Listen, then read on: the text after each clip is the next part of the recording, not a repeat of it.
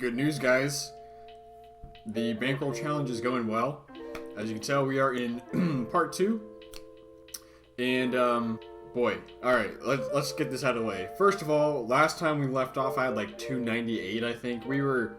If we used our, our rake back, we would have been over 300. Life would have been good. Working toward that hair transplant. Oh, yeah. But, man, we decided to mix it up in PLO, and, things went down pretty bad. We lost over $100 of our $300 buy-in. Okay, I lost 7 buy-ins in like an hour playing PLO against some maniacs. I promise you guys I got it in good, but it just didn't matter. 60% equity is not that much in PLO, and what can I say? Your boy got stacked. After that, I played Hold'em the next day, which was like yesterday, and I lost like 3 more buy-ins. So I lost, like I said, a total of about $100 or 10 buy-ins. So what I've been doing is I dropped back down to 5NL and 10NL full ring, and that's where the good news comes in. The fish are out and about. They are swimming. They are all over ACR. And they were dumping some money tonight, so I just played for about an hour and a half, 2 hours. Got some footage for you guys, and the bankroll's looking healthy again. So I think we're up to like 250 or so, 243. Yeah, 243. Plus we still have that those points waiting for us if we want to use them. So 243, 253, and on top of that, I've got an extra $100 of like. Matching. I don't know how that works, but ACR had a promo like a week ago where it's like if you deposit $100 they'll match it. So I'm also going to unlock that at some point. So we've got some money coming in, and we're also just making money playing poker. So life is good right now. Yes, we're still down $50 from last episode, but that's poker, man. That is poker. So well, I'm in a good mood, so I threw on the tiger hat. I was going to say we've got our tiger hat on for some run good, but we already got the run good. We held out on some big hands. We did get sucked out on some big hands, but luckily the hands we won, they were in the 10 and L games, and those were the ones that really matter. So we ran good. Okay, that's it. Enjoy the video. Hopefully you learn some stuff.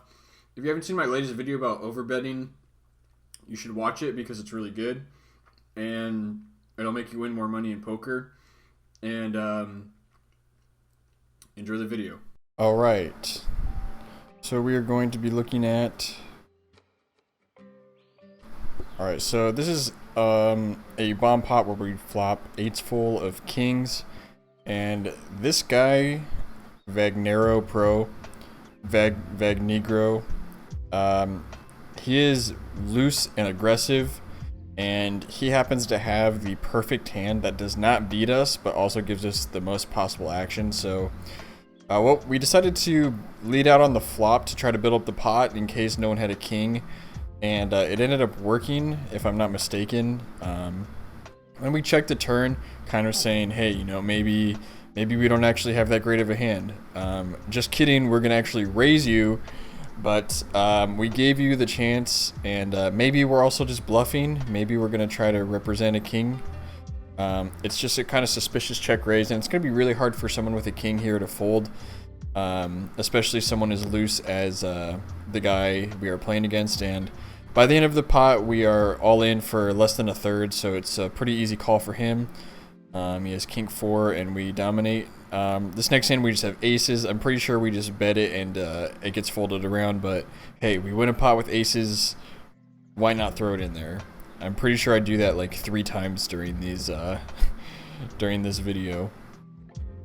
So we're just waiting. Don't have too much information on either player, it looks like. So we just win a quick little pot with aces. Call of Duty video pops up. Okay, so this next hand that we're going to be seeing is the ace-king hand, which is really weird. If someone knows how I should play this hand, please tell me. I think I maybe should have shoved the river, or shoved the turn, because when he leads into me, I thought he has like a set and he's trying to get max value out of me, but it's also possible he has like Queen 10 of hearts. He doesn't have King X of hearts, which actually kind of changes things. It kind of takes away that fury. He could have Ace Jack here, and he's worried about me having something like King Queen of hearts, but he overbets the turn, and I really just didn't know what to make of this hand, so I ended up folding. That guy's pretty wild, and me and him had been playing back and forth a lot, and he's been bluffing me, I know, so maybe he just had air, and he just took a really weird line, but maybe he had pocket sevens and he knew that he could get a lot of money out of me, so that was a weird hand. And I think this time we just 3-bet this guy and just take it down. I don't think anything happens there. I think we decided to, it looks like we're going to decide to call that pocket eights hand. I'm not really positive. Oh yeah, I remember this hand. So bad turn for our range, good turn and river for his range. It ends up going check check, and I remember that he has pocket nines, but I don't know why I included that because it's not really that interesting of a hand. We are gonna raise ace king, and homeboy over here decides to 3-bet us tiny, and we are gonna try to get it in. We're gonna try to make him pot commit because obviously we have ace king and we crush his range. He is a certified maniac with a 50 VP and a 20% 3-bet rate. We whiff pretty bad, but for less than a pot size bet, I can't see us folding, and that's exactly why I call. And we are ahead. All he has is a gutter and 2 overs, and then on the turn he's pretty much dead. All he has is the gutter. So he ends up hitting his pair. Doesn't matter though because we already have top pair. So we double through that guy and then stack him for the rest of his stack. So we are happy to see that. Looks like we're raising queen jack of clubs against someone who's willing to play loose based on what that note just said. So we will see how this goes down. Ace jack, we could 3-bet this, but I don't mind calling. I don't mind having a semi-strong calling range from the big blind because I don't know, I don't like to make big 3-bet pots out of position with only decent hand, like only like somewhat good hands. It's not ace king, it's not ace queen, it's just harder to play. So I think on this hand we get check raised, and we were trying to get fancy with our play, and I don't really mind it because I might play pocket aces this way. So I don't mind our overbet on the turn in this hand, but I think we get check raised and I'm just like pretty pissed. Yeah, it's like we overbet pot and then we get check raised. It's pretty frustrating, but I guess he just has a very strong hand. So this guy that we're playing against right now, we just sat down. We've never played with him before. We don't know anything about him, and he's raising our bet. He's basically saying, right, yeah, you can see me saying, like, okay, how often does this guy raise? We just don't know. We barely have any information. He seems pretty aggro. He's basically representing pocket fives or pocket fours at this moment in time, or pocket jacks. So we're not really sure what to make of this pot size bet. Generally, my rule is that when I don't have a reason to assume someone is bluffing at the micros, then I usually just give them credit.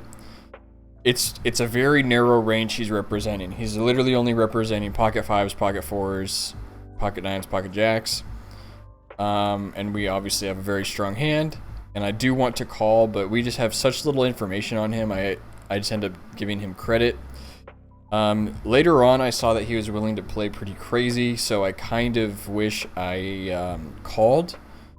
But I believe we stack him in a fat hand later and get all of that money back and more, so no biggie. On this hand, you know, we only have 100 big blinds in front of us. Obviously, we don't want to get stacked here, but we have, you know, close to the nuts on this board. Obviously, we're losing to 5-6 and any set and better 2 pairs, but I just decided, you know, bottom 2 pair, I'm just going to say if I get stacked, I get stacked. That's okay. And I'm just going to try to make sure everyone leaves the pot. And we run into one of the best possible hands we could run into, which would be an overpair. and we got everyone else to fold. So this hand went as perfectly as it possibly could have. We didn't get sucked out on, even though he had like a decent amount of outs. So he has any 10, 7, or queen, and he hits none of them, which is just some run good for us. And then next, we're going to see this King 9 of Hearts hand, and we are going to run very good in this hand. So I don't know why this guy bet pot with top set. That is like really bad value on his part. Like, I have the exact only, like, one of the only hands that he can actually get value from, and I happen to be an aggressive player, so it's like, I mean, long story short, he played this hand pretty bad, but I guess he's just worried about Jack 10 and hearts. But man, this is some more run good. I wasn't kidding. We really do run pretty darn good in this session. We hit the flush twice against top set, and it holds both times. Pretty insane. I can't sit here and pretend I never get lucky, because I definitely got lucky there. Just to scoop, I would have been happy to scoop one, but to scoop both of them in this huge pot is obviously some run good. So next we're looking at King 10 of diamonds. I don't remember this hand off the top of my head. We flop middle pair. Good kicker. Looks like we don't know anything about this guy, so because of that, we're probably going to play it somewhat passively. Yeah, it looks like I checked, and then I'm probably going to call here. If I'm going to check, pretty likely to call. Good turn for us. So if we were good on the flop, we're still good. Yeah, there just aren't that many hands that we're losing to. And again, we just don't have information on this guy, but to see him check the turn, and then to see him to see a deuce on the river, the only hand that got there is pocket deuces. So we're gonna go for some value and hope that it looks like we have ace king. We're trying to hope that it looks like we have ace high, and we're trying to buy it, and hopefully we can get called by another 10, or like maybe pocket 9s, pocket 8s. I do believe he just folds and nothing comes of it. I'm trying to find the window over here. There it is. And he just folds. So we have a flush draw here. We're gonna bet it in position in a limped pot. And this is against Rod, dude. Rod dress or Rod rest. Me and him, this guy is such a donkey, but he's running pretty good against me, and he's also very aggressive. And so when someone's running good and they're aggressive, it's pretty hard to play against them. And this is one of those times where I'm playing really aggressive because I know that he's aggressive, but he is willing to get it in with whatever the heck he had. I had blockers to Jack Queen, a blocker to Jack Queen, so it's hard for him to have the nuts. So I'm trying to represent the nuts, and then he just jams on me, and I could just be crushed by ace 10 of diamonds here. And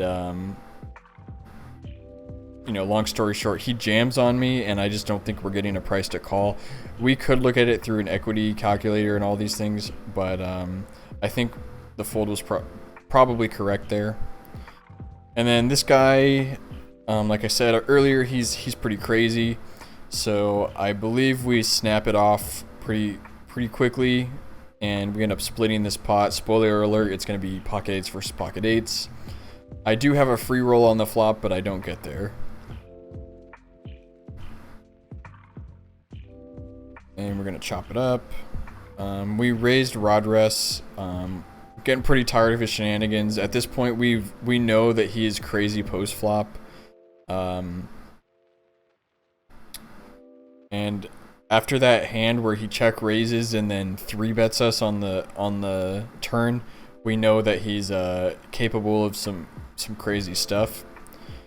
So this is the hand where we start taking money from this guy, because he is so we make money on both of these hands. So I say lag post flop, loose aggressive post flop means he makes a lot of moves. So I think we just call with this jack hand and let him hang himself. And we're just going to call here because we basically have the nuts against Rod dress. And I think what I do here is try to induce a bluff with a weak bet, and I think he just falls perfectly into my trap. Yeah, and I just snap call that and just immediately destroy him, and we were happy about. He's pretty much drawing dead. And then this is obviously a pretty bad run out, but I think he just has air in his range so much that I end up calling. I just say, you know, I'm tired of this. You just check raised me on the other table.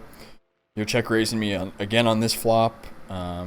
You're only really representing like king 9, ace 9, or a 5.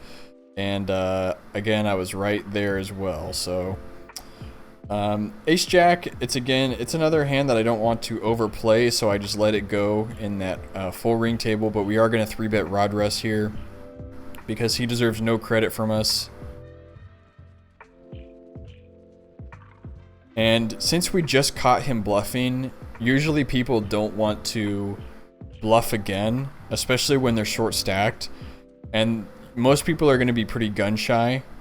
And since I 3-bet and I'm going to bet the flop very strong, my line is just very strong, and I just don't think that he will make a move on us, and I'm right. So we c-bet with ace high and take that down. This is another pocket aces hand. Beautiful flop. We're checking out his stats, seeing if we can get any information from him. This hand, we're playing against 2 loose players, so I end up playing this hand pretty much perfectly in my opinion, but we do end up losing it, but that's to be determined. So here we are just going to keep calling okay, so we have pocket jacks against Rodress again. We're going to keep playing against him. And here we have top pair against 2 loose players, and we see one of the worst rivers possible. Obviously a spade would be bad, but I put Dow Bill or whatever his name is. I put him exactly on a king. Like I felt like he had kings in his range a lot. And unfortunately we lost that pot, but we've been running pretty good, so we're not too upset. It looks like we got a flop call from this hand. So we are happy about that, and we see an absolute brick on the turn. Still very happy about that. So we're just trying to get value. I can't remember if we checked the flop with the jacks hand. I think we did, and we're just going to let him fire away. We're going to snap call this. If we lose, we lose. And he just has pocket 5s drawing dead. And Rodress tries to outplay us again, and we're just not having it. So win another fat pot. So things are going well. Here we're playing against Dow Bill. I don't know how this hand goes. Sorry about that. I don't know how this hand goes. If he bets, I'll probably just let him have it. I think it just gets checked down and we lose to ace high. I think if I'm remembering correctly, or like maybe he has pocket 5s or something. This might be the guy that we just stacked with aces. But we are gonna, looks like we're raising for value. Oh, we beat jack high. I think we're just saying if you've got 60 big blinds in your head, then you can have it.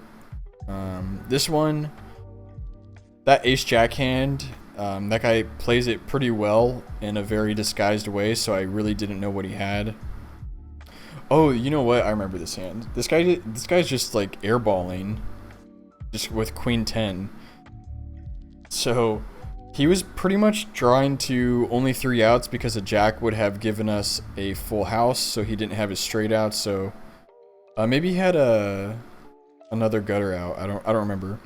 So here we flop another set of 8s. Poker Tourist, he seems like tight aggressive based on his stats, just looking at it right now. So I assumed he had like a king queen kind of hand here. And I maybe got a little greedy with my raise size. Maybe I could have gone a little smaller. But I was trying to build the pot. Maybe he, by some miracle, has jack 10 of diamonds and he wants to get it in or something. But it didn't happen, so we just take that pot down with that set of 8s. We raise kings here. Ooh, we're about to take this guy. Is this the monkey guy from earlier? Yeah, Monchery. This is the guy I was saying. This is the guy that bluffed us off of ace jack. Probably bluffed us off of ace jack. And you know, we're just saying, like, look, man, I know you're full of it. I'm not giving you a good price to draw, and I'm gonna make you pay for this for this hand. And he is saying, well, I don't believe you. I have top pair, so I'm gonna raise you back. And then what do I say? Well, I'm saying there's no way I'm folding to this guy. He's too crazy. 43 VP, too aggressive. So I re-raise him again, and I'm saying, like, look, man, I got it. I'm not folding. So he, you know, and then standard, we see one of the worst turns in the deck, possibly the worst turn in the deck. But I decided, you know, we're too committed. I'm just not willing to fold to this guy, and it turns out we're right. I wasn't even positive that I was going to win that hand, but I was just, like I said, I was too committed, and we double up through a very big fish. So, alright, so hopefully you guys liked that gameplay. That was part 2. We have played more hands than that. I just included the highlights. Obviously, it's like several hours of gameplay. I'm not going to include all of that and bore you guys to death, so I just threw in the highlights, threw in some commentary. And if you made it this far, you are a gangster. I appreciate that, man or woman. I know some girls watch this channel, so thank you for whoever is watching. Not too much else to say. I'm going to be working on part 3 right as soon as I'm done making this video. I'm going to go play some more, and hopefully we can keep running pretty darn good like we did in this last video.